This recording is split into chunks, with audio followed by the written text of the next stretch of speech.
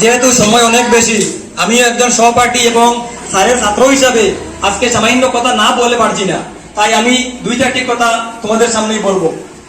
শ্রদ্ধেয় আজকে সবার মাননীয় সভাপতি মহাশয়, মঞ্চে উপবিষ্ট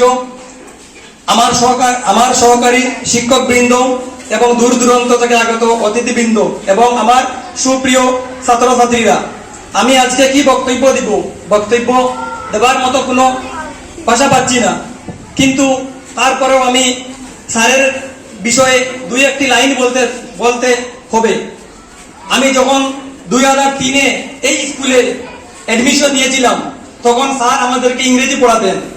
তখনকার আমি দুই একটি ঘটনাই বলে এবং আমার বক্তব্যটি একটি কবিতার মাধ্যমে প্রকাশ করে আমার সংক্ষিপ্ত বক্তব্য শেষ করব। আমি যখন 2003-এ ছিলাম, তখন আসলো ক্লাস 5, 6, 7 ভর্তি হওয়ার সময় স্যার আমাদেরকে ইংরেজি পড়াতেন। আমি যখন প্রথম পরীক্ষা দিয়েছি, প্রথম পরীক্ষার সময় তো আমরা এলপি স্কুল থেকে এসেছি, অনেক এলপি স্কুল থেকে বিভিন্ন ছাত্রছাত্রী এখানে এসেছে, কেউ কাউকে চিনছে না, কিন্তু সময়ের সাথে সাথে অনেক পরিচিত হচ্ছে। স্যার যখন আমি প্রথম পরীক্ষা দিয়েছিলাম, তখন 12 মার্ক পেয়েছি। স্যার খুব আমাদেরকে উৎসাহিত করলেন পড়ার প্রতি, এবং পরবর্তী পরীক্ষা দেখা গেল কি আমি তো মার্ক কম পাইছি। কম পাওয়ার পরে স্যারে আমার খুব বাড়িয়েছে।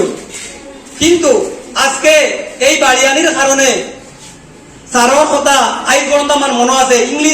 ইংরেজি আজ পর্যন্ত আমার কিন্তু মানে অন্যান্য সাবজেক্টর থাকে ইংরেজি সাবজেক্ট, এটা কিন্তু আমার কোনোদিনও কমছে না।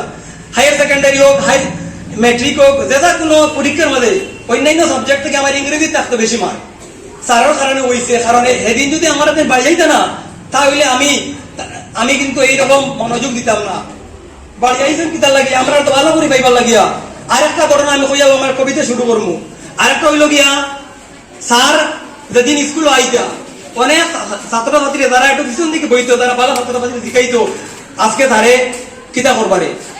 আমরা কিন্তু বুঝ পাইতাম যে আজকে ধারে বাড়ি আইবা নি না বাড়ি আইতে নাই।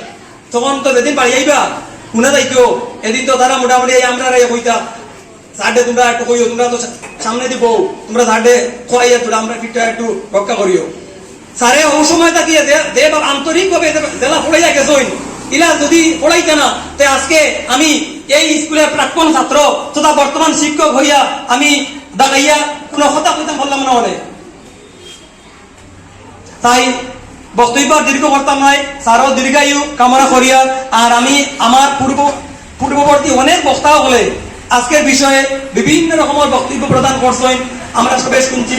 তাই আমি এখন নিজে থাকিয়া একজন প্রাক্তন ছাত্র এবং বর্তমান সহপাঠী হিসাবে মিশ্রিতভাবে একটি বিদায়ী কবিতা তৈরি করেছি, যেটা আমি এখন সবার সামনে পড়ে শোনাচ্ছি। জীবনের পথ চলার আসা যাওয়া কত, কেউ তাকে কেউ যায়, স্মৃতি হয় শত। আজ যে প্রিয়জনের বিদায় ক্ষণ এসে যায়, হৃদয় ভরে উঠে বেদনায় ছায়ায়। ক্লাসরুমে ছিলে আপনি কবিতার গুরু, আপনার কণ্ঠে বাজত রবীন্দ্রের সুর। ছাত্রদের মন তুমি গড়েছ যে হাতে, বাংলা হয়েছে খচিত আলোর প্রভাতে। সহকর্মী সকলের প্রিয় বন্ধুজন, আপনার হাসি দিত সবার প্রেরণা অনুক্ষণ। কাজের ভারে যখন আসতো অন্ধকার, আপনি দিতেছ সবার মাঝে আলোর আবাহার। বিদায়ের এক অনেক কাপে বুকে সুর, চোখের জলে ভিজে উঠে হৃদয় ভরপুর। তবুও প্রার্থনা করি শতবার, সুস্থ থেকো, ভালো থেকো আপনি অনিবার। আপনি যে গাছ রোপণ করেছ জ্ঞানের বীজ তলে, ফল দেবে সে বৃক্ষ যুগে যুগে ফলে। আপনার স্মৃতি রবে চিরকাল অমলিন, বাংলা ভাষার প্রতি আপনার অগাধ ঋণ। বাংলার আলো তুমি চড়িয়েছ সবে, অক্ষরে অক্ষরে শিখিয়েছ কবি হাতে কবে। শব্দের মায়া ছন্দের জাদু, তোমার কণ্ঠে ফুটত রবীন্দ্র নজরুলের সাধু। আজ বিদায় বেলায় চুকে ভিজে যায়, মনের গভীর থেকে প্রার্থনা শুধুই চায়। সুস্থ থেকো, ভালো থেকো, এগিয়ে যাও আরো দূর। তোমার শিক্ষার আলো থাকুক যুগের সুর। আজকের এই বিদায় যেন শেষ নয় কোনোদিন, শ্রদ্ধা আর ভালোবাসা থাকবে নিরবধি ঋণ। তোমার পথ চলা হোক আলোর ই গান, শুভকামনা জানাই সহকর্মীর প্রাণ। ধন্যবাদ সবাইকে।